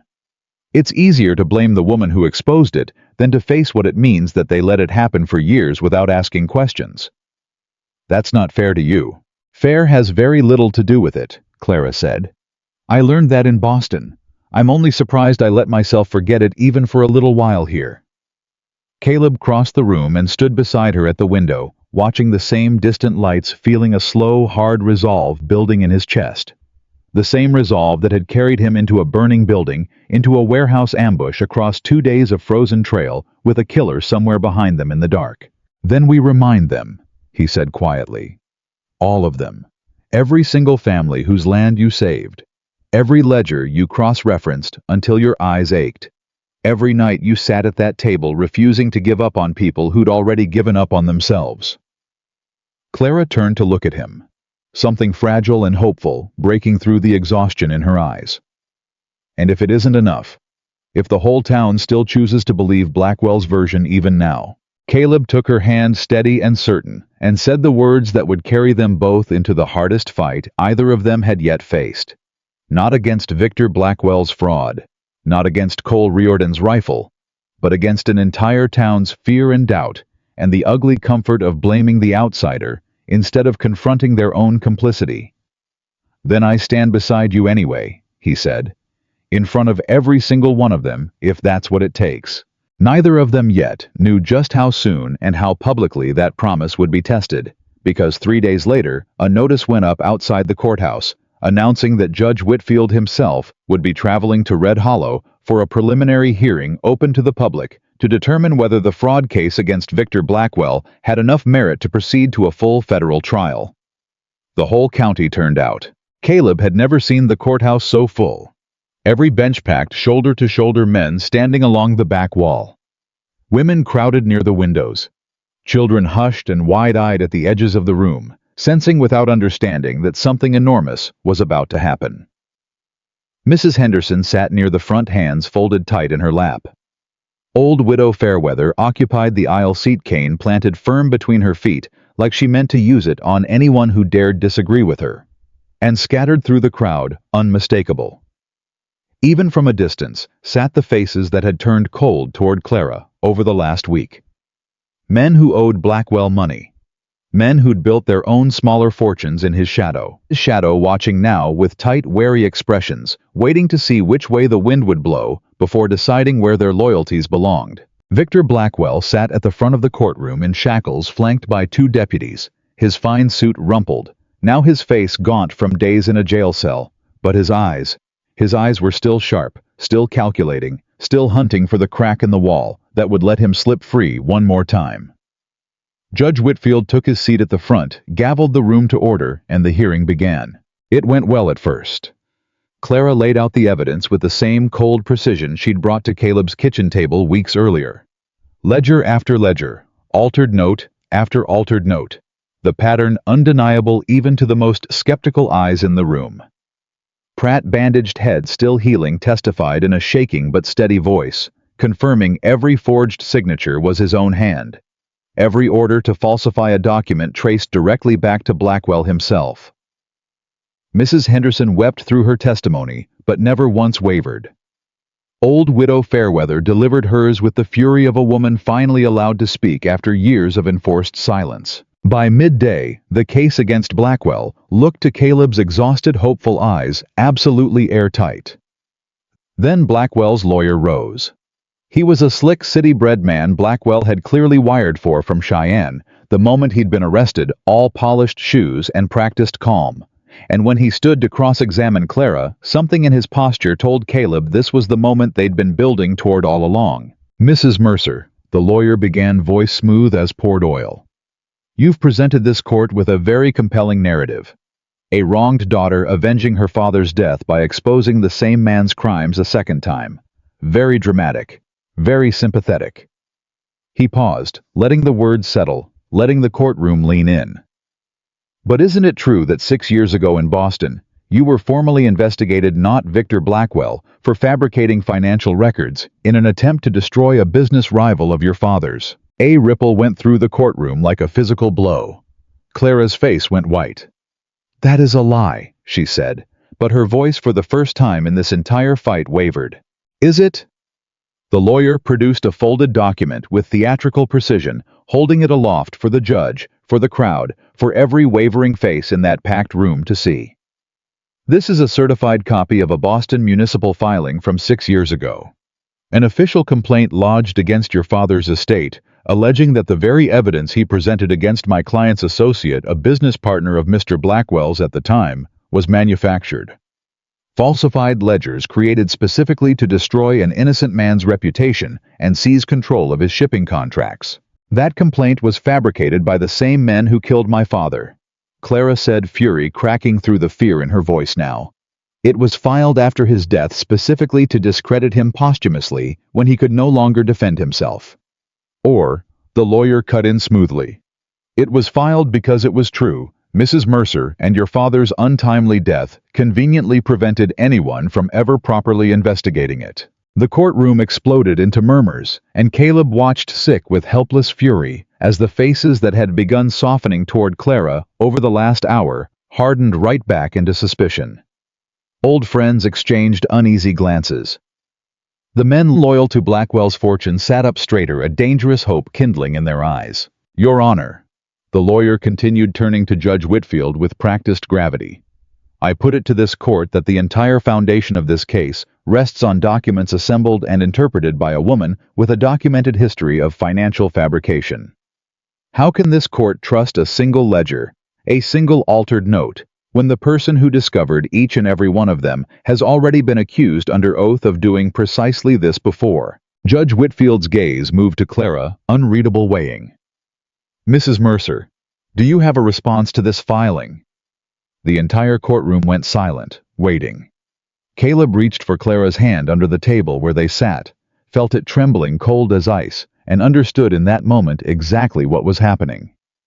Blackwell's final weapon, the one he'd hinted at in that letter, the one that could unravel everything they'd built in a single devastating stroke. Clara stood slowly, and for one terrible suspended moment, Caleb was certain she was about to collapse under the weight of it. 6 years of buried shame and grief and fury, all crashing down at once in front of the entire county, in the one room where it mattered most. Instead, she straightened her spine, lifted her chin, and spoke. "Yes, Your Honor," Clara said, voice shaking, but growing steadier with every word. "I have a response. And it is the truth, the complete truth, which I have hidden from this town for 4 years, because I was afraid of exactly this moment." The courtroom held its breath. 6 years ago, my father, a bookkeeper named Thomas Whitmore, discovered that a shipping investor was embezzling from his own partners and falsifying accounts to hide it. My father brought that evidence to the authorities. It was real. It was accurate.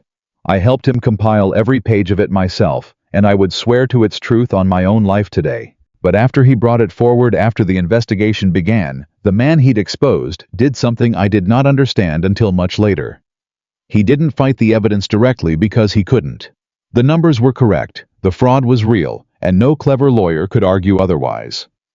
Clara's voice hardened, gaining strength with every sentence. "So instead, he manufactured a second complaint, a false one, filed after my father's death when he could no longer answer for himself, alleging that our evidence had been fabricated all along. That complaint was never proven, Your Honor, because it was never true. It was filed specifically because it didn't need to be true. It only needed to exist to cast enough doubt on my father's real evidence that the actual investigation into the real fraud quietly died. And it worked." My family was ruined. I was driven from the only city I'd ever called home, branded a liar for the rest of my life by a lie someone else told about me after my father could no longer defend either of us. She turned slowly to look directly at Victor Blackwell, seated in his shackles at the front of the courtroom, his face a careful, practiced mask that couldn't quite hide the flicker of something underneath recognition maybe, or fear. And I did not understand until this very moment, standing in this courtroom. Clara continued, voice ringing clear now through the silent room, that the man my father exposed 6 years ago in Boston, and the man sitting in shackles in front of me today, learned exactly the same lesson from that same event. That the surest way to survive being caught is not to disprove the evidence. It's to destroy the character of the person who found it. She reached into the small satchel she'd carried into the courtroom that morning, hands steadier now than they'd been in minutes, and withdrew a final bundle of papers Caleb hadn't seen before, hadn't known she'd been carrying. Your Honor, I did not bring this evidence forward earlier because I hoped I would never need to use it. It is the single piece of proof I have carried with me for 6 years, hidden, protected, waiting for exactly the moment when someone would try to do to me again what was done to my father's memory. She laid the papers before the judge with hands that trembled only slightly now. This is a signed statement, notarized in Boston 3 years ago from a former clerk of the very shipping firm my father investigated. A man named Walter Croft, who worked directly for the man my father exposed, and who confessed in writing under oath of his own free will that he was the one who filed the false complaint against my father's estate on the direct instruction of his employer. The courtroom erupted. Order. Judge Whitfield's gavel cracked down hard once, twice, and the room slowly, reluctantly quieted. Continue, Mrs. Mercer. Walter Croft came to me 3 years ago, Clara said, haunted by guilt, the same way Elias Pratt came to Caleb and me weeks ago. He wanted to make it right before he died. He signed this statement freely, and I have carried it with me every single day since, waiting for exactly the moment I would need it, because I understood even then that a man capable of that kind of lie, once, would find a way to use the very same weapon again. She turned to face Blackwell's lawyer directly now, and there was nothing shaking in her voice at all anymore, only cold, hard certainty. And the shipping investor Walter Croft names in this statement, Your Honor, the man who ordered the false complaint filed against my father's memory is Victor Blackwell. The name landed in the courtroom like a physical blow. Caleb watched Blackwell's careful composure crack entirely. For the first time, watched real raw panic flood across his gaunt face as every eye in the room turned toward him. This is preposterous, Blackwell's lawyer sputtered, momentum utterly lost. A single unverified statement, conveniently produced at the exact moment. It is notarized, sir, Clara cut in, sharp as a blade. Filed with the Boston Municipal Clerk's office 3 years ago precisely, so it could not later be claimed as convenient fabrication. You are welcome to send for the original filing yourselves.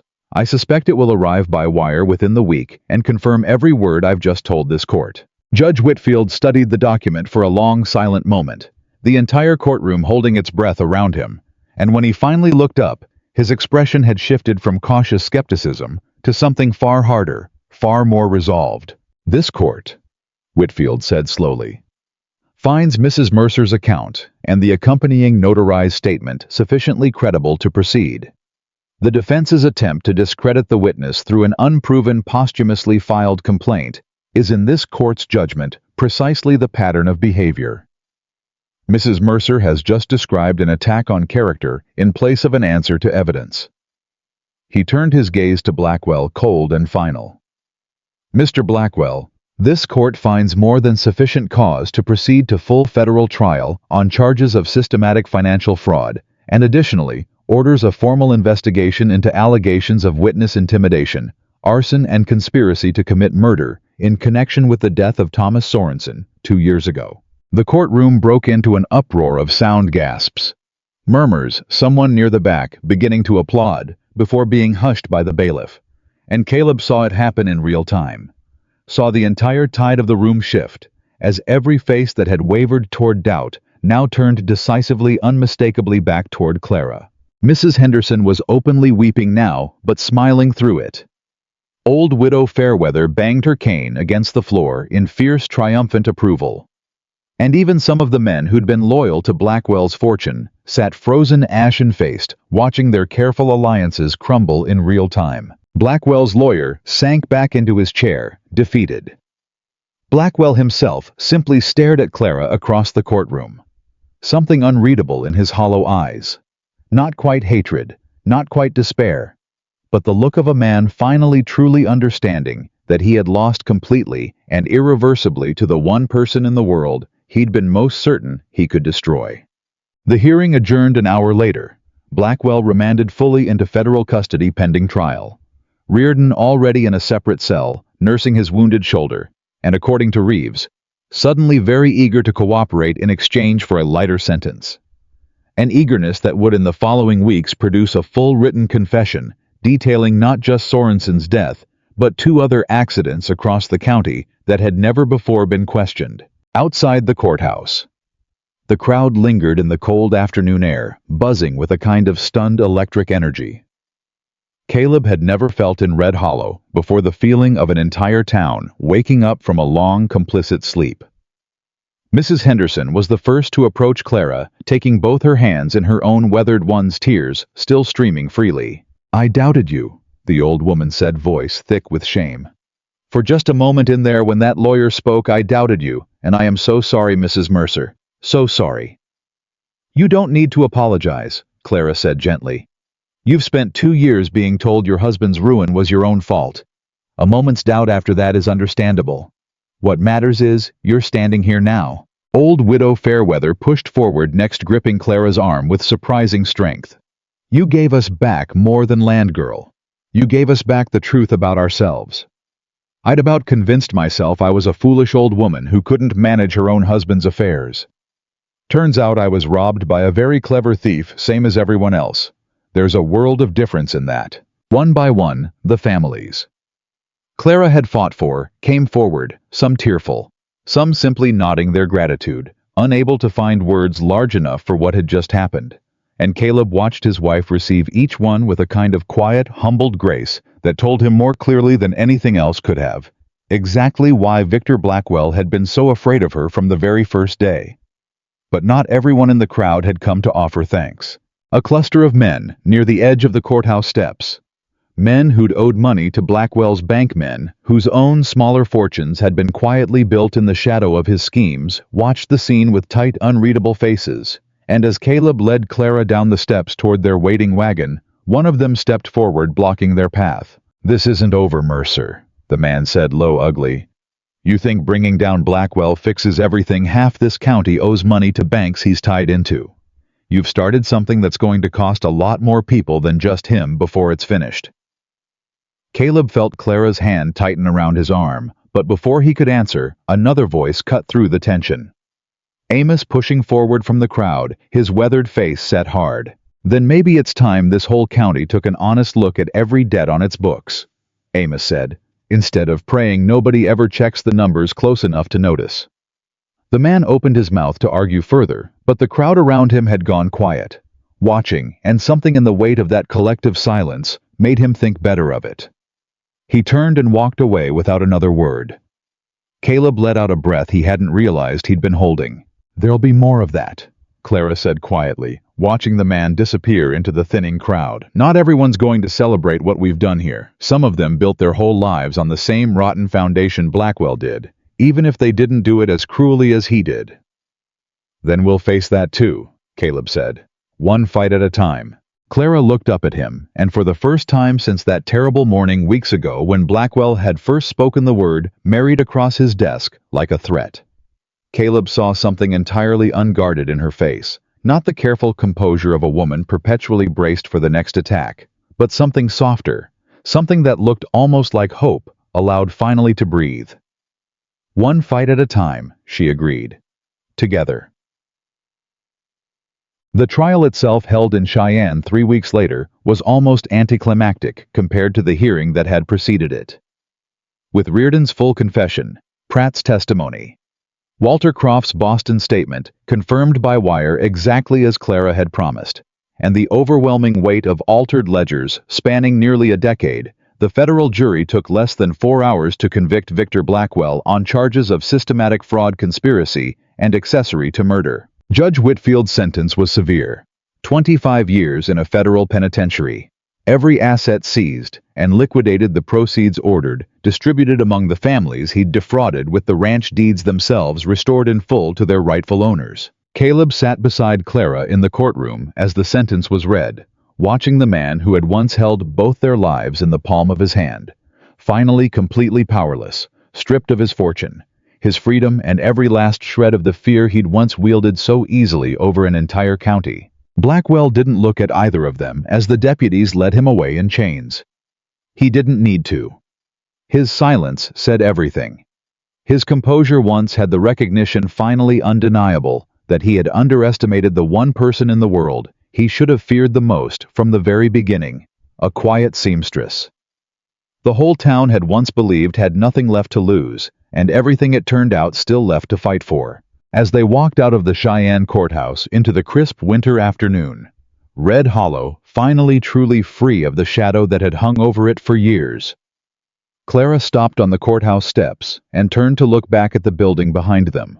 The same courthouse where weeks earlier, exhausted and half-frozen, she and Caleb had first laid their evidence before Judge Whitfield and begged for a chance to be believed. "It's strange," she said softly. "I spent 6 years believing the truth wasn't enough, that no matter how carefully you build your case, powerful men always find a way to bury it." "And now?" Caleb asked. Clara turned to him, eyes bright with something that looked, for the first time in longer than either of them could remember, entirely unburdened. "Now I think the truth was always enough," she said. "I just needed someone willing to stand beside me long enough to prove it." Caleb took her hand, and together they walked down the courthouse steps toward the road home, toward Red Hollow, toward Mercer Ranch, toward a life neither of them had expected when a cruel and powerful man had forced two strangers into marriage as nothing more than a weapon and a punishment. Neither of them yet knew how profoundly that forced beginning would go on to reshape not just their own lives, but the entire fabric of the county. They now rode home to rebuild, and the first sign of just how much had changed came before they'd even crossed back into Red Hollow. A rider met them at the county line, one of the garrison boys waving his hat overhead, grinning wide enough to be seen from 100 yards out. "They're waiting on you," he shouted, wheeling his horse alongside theirs. "Whole town's turned out at the square. Been waiting since word came by wire that the verdict was read." Caleb glanced at Clara and saw the flicker of old nerves cross her face. 6 years of learning to expect the worst from a crowd instead of the best, and reached over to take her hand. "Whatever's waiting for us," he said, "we face it together, same as everything else." She nodded, jaw tight, and they rode the last stretch into Red Hollow side by side. What greeted them at the town square was nothing like the cold, doubtful stares that had followed Clara through the streets during the worst of Blackwell's whisper campaign. The whole square was packed, every family they'd fought for, every neighbor who'd once crossed the street to avoid her gaze, and the moment their wagon came into view, a cheer went up that nearly knocked Caleb back in his seat. Mrs. Henderson waved a handkerchief, tears streaming down her weathered cheeks. Old Widow Fairweather stood at the front, cane raised overhead like a banner. Amos stood near the courthouse steps, arms crossed, pride written plain across his face. 25 years, someone shouted. 25 years and every deed restored. The square erupted again, and Clara sat frozen a moment, overwhelmed, blinking hard against tears she'd been holding back for weeks. "They came," she whispered. "All of them." "They were always going to come," Caleb said softly. "They just needed the truth to catch up to what you already knew." The wagon rolled to a stop, and before Caleb could climb down to help her, Clara was already surrounded. The Hendersons, the Garrisons, the Otts, reaching for her hands, pulling her into embraces she clearly didn't quite know how to receive after 6 years of expecting nothing but suspicion from the world. "You saved my family's land," one of the Garrison women said, gripping her hands tight. "My children will grow up on that ranch because of you." "You don't need to thank me," Clara said, voice thick. "I only found what was already true." "That's not how I remember it," Old Widow Fairweather cut in, thumping her cane. "I remember a woman who rode 2 days through a snowstorm with a killer on her trail because she refused to let the rest of us keep believing we were fools." Don't you dare make yourself small now, girl. The crowd murmured fierce agreement, and Caleb watched 6 years of guarded shame begin slowly to loosen its grip on his wife's shoulders. That evening, the town threw together an impromptu celebration tables dragged into the square despite the cold lanterns strung between the courthouse and the general store, someone's fiddle appearing from nowhere. Caleb stood near the edge of it, with Amos watching Clara move through the crowd. No longer the invisible seamstress the town had overlooked for years, but someone people sought out now, someone whose opinion on rebuilding the county's finances carried real weight. Never seen anything like it, Amos said, shaking his head. 4 years she lived above that store and half this town couldn't have told you her first name. Now look at her. She was never invisible, Caleb said. We just weren't looking closely enough. Amos glanced sideways, knowing. You're not talking about the town anymore, are you, boss? Caleb didn't answer. He just watched the lantern light catch gold in hair Clara usually kept pinned tight and practical, and understood with sudden and total clarity that the woman who'd walked into his life as a punishment had become somehow the single most important person in it. It was well past midnight when he found her alone on the courthouse steps, coat wrapped tight, staring up at a sky scattered thick with stars. I keep waiting to feel afraid again, she said as he sat beside her. For 6 years, fear was the only constant thing in my life. Now that it's over, I don't quite know what to do with the space where it used to live. Give it time, Caleb said. You don't unlearn 6 years of surviving overnight. No, she agreed. But I'd like to try, with you. Now that there's no debt hanging over either of us, no banker forcing anything. I want you to know whatever happens next between us, it doesn't have to be born out of an arrangement anymore. It can be something we choose. Caleb turned to look at her heart, hammering for reasons that had nothing to do with fear.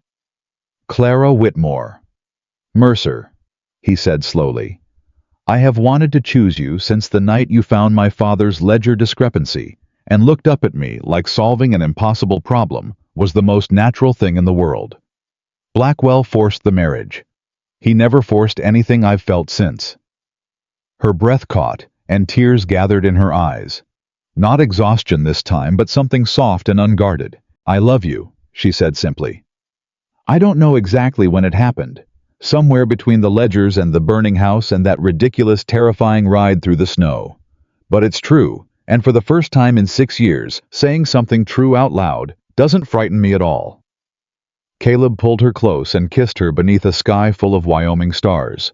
Not as an obligation, not as a leash Blackwell had once fastened around both their necks, but as a choice freely made. The months that followed brought quieter battles, gentler ones that felt almost like luxuries after everything before. With Blackwell's assets seized and liquidated under federal order, the county needed an entirely new banking structure, one built on transparency instead of rot.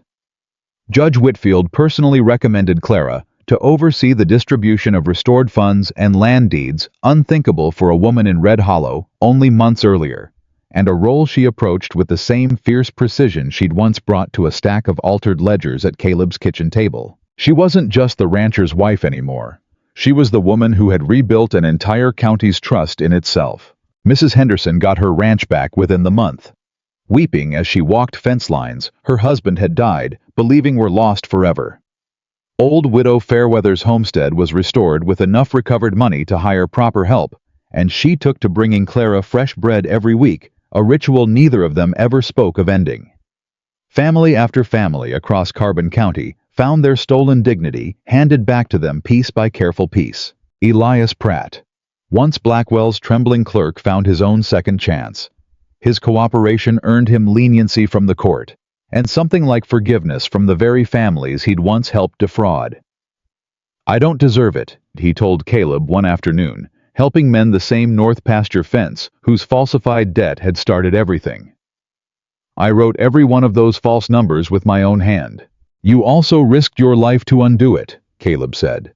A man's not only the worst thing he's ever done. Clara taught me that forgiving a whole town that turned against her over lies that weren't even her own. Pratt hammered a nail in silence a long moment. She's a remarkable woman, your wife. I'm aware, Caleb said, unable to keep the pride from his voice. But not every thread of the old fear unraveled easily. There were nights, even months later, when Caleb woke to find Clara sitting up in the dark old ghosts, still finding their way into her sleep. "Boston again?" he asked once, pulling her close, feeling the tension coiled in her shoulders. "Always Boston," she admitted. "I dream about my father, about the last conversation we had. He told me the truth always finds its way to the surface eventually, no matter how deep someone buries it. I believed him with my whole heart right up until the day he died, and then I spent 6 years wondering if he'd simply been wrong." "I wasn't wrong," Caleb said. "He was early. The truth found its surface, Clara. It just took 6 years and a stubborn, terrified seamstress willing to carry his evidence across half a country, waiting for the exact right moment." She turned in his arms, searching his face in the moonlight.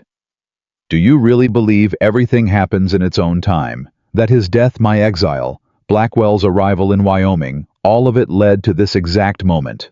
"I believe your father would be proud of what you finished," Caleb said carefully, "even if it took longer than either of you wanted.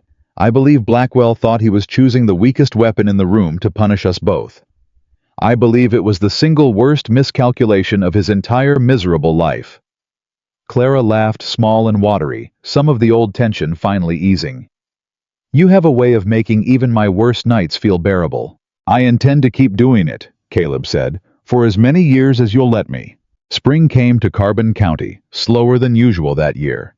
But when it arrived, transformed green, pushing up through soil that had spent years under the shadow of a man who'd nearly stolen every family's future along with their land.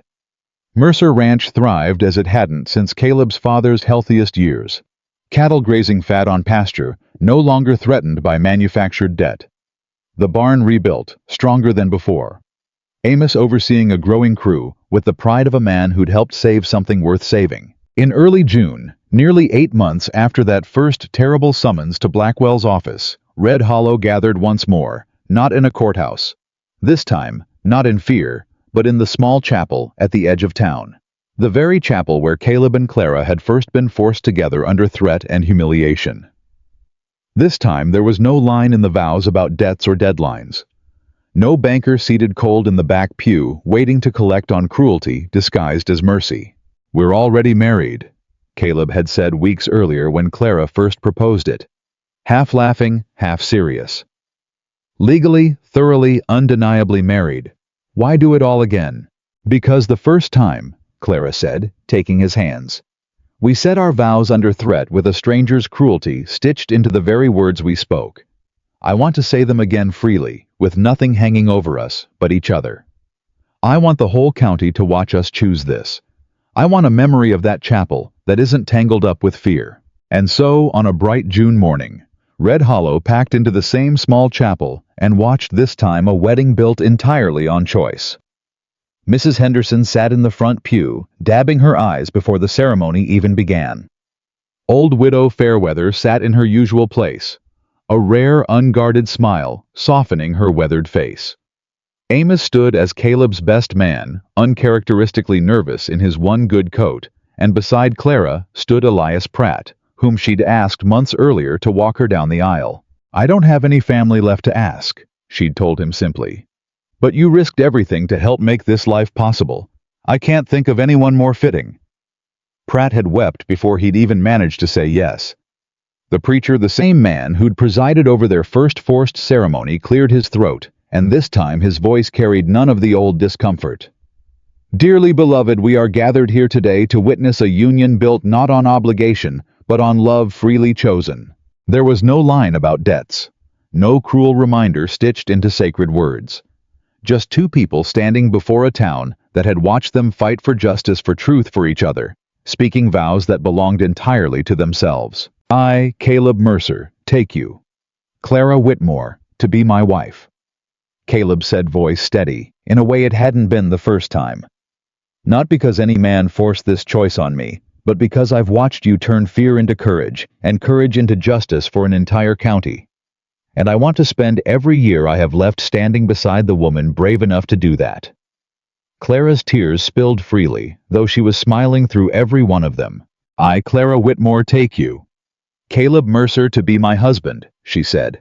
"Not as a punishment, not as a weapon in a cruel man's hand, but as the truest choice I've ever made." You rode into a burning building for a man who'd wronged no one but himself. You stood beside me when this whole town turned its back, and you never once wavered. I spent 6 years believing I'd never let myself need anyone again. You taught me that needing someone and being needed in return isn't weakness at all. It's the greatest strength I've ever known. When the preacher finally pronounced them, husband and wife, a second time, the chapel erupted into applause, unlike anything Red Hollow had seen in years, and as Caleb kissed his wife in front of the entire county that had once doubted her, and now stood as living proof of everything she'd fought to give them, he felt something settle deep in his chest. Not relief, not just happiness, but a profound, unshakable certainty that everything they'd survived had led exactly and precisely to this moment. Years later, when their children were old enough to ask about the framed newspaper clipping hanging in the ranch house hallway, the one detailing Victor Blackwell's federal conviction, Clara told the story slowly, carefully, in pieces suited to their age. "Your father and I didn't choose each other at first," she'd say, settling her youngest onto her lap while Caleb worked the fence line visible through the kitchen window. Older now, silver threading his dark hair, but still every bit the man who'd ridden into a burning building without a second thought. "A cruel man forced us together thinking he could use us both as weapons, against each other, against the truth. But you chose each other anyway," her eldest would say, knowing the story's shape by heart. "We did," Clara answered every time. "Because the very worst circumstances sometimes force you to discover exactly who you are, and exactly who deserves to stand beside you once you find out." Red Hollow itself changed as thoroughly as the Mercer family had. The banking system Clara helped rebuild remained fair and transparent for a generation, a model other counties eventually studied and copied. Elias Pratt spent the rest of his working life as a bookkeeper for the very families he'd once helped defraud, meticulous now in an entirely different direction, determined never again to let a false number pass beneath his pen. Old widow Fairweather lived to see her grandchildren grow up on land no one could ever again threaten to take from them, and she never once in all her remaining years stopped telling anyone who'd listen about the seamstress who'd ridden through a snowstorm to save an entire county from a man everyone had been too afraid to challenge. And Victor Blackwell, locked away in a federal penitentiary far from the empire he'd built on other families' ruin, spent the remainder of his sentence, and there would be no early release, no clever lawyer, clever enough to buy his way out a second time. Writing letters, no one ever answered to a county that had long since stopped being afraid of his name. Because in the end, the man who had tried to use a forced marriage as his cruelest weapon had instead handed two strangers the very thing that would destroy him, each other. He had looked at Caleb Mercer and seen a broken rancher easy to crush. He had looked at Clara Whitmore and seen a woman with nothing left to lose, easy to control, easy to humiliate, easy to discard once she'd served her purpose. He had been wrong about both of them, completely and irreversibly wrong. And Red Hollow would spend generations remembering exactly how wrong he'd been, not as a cautionary tale about cruelty, but as proof etched into the very land those families reclaimed that the truth, however long it takes, however many storms it must be carried through, always finds someone brave enough to bring it home.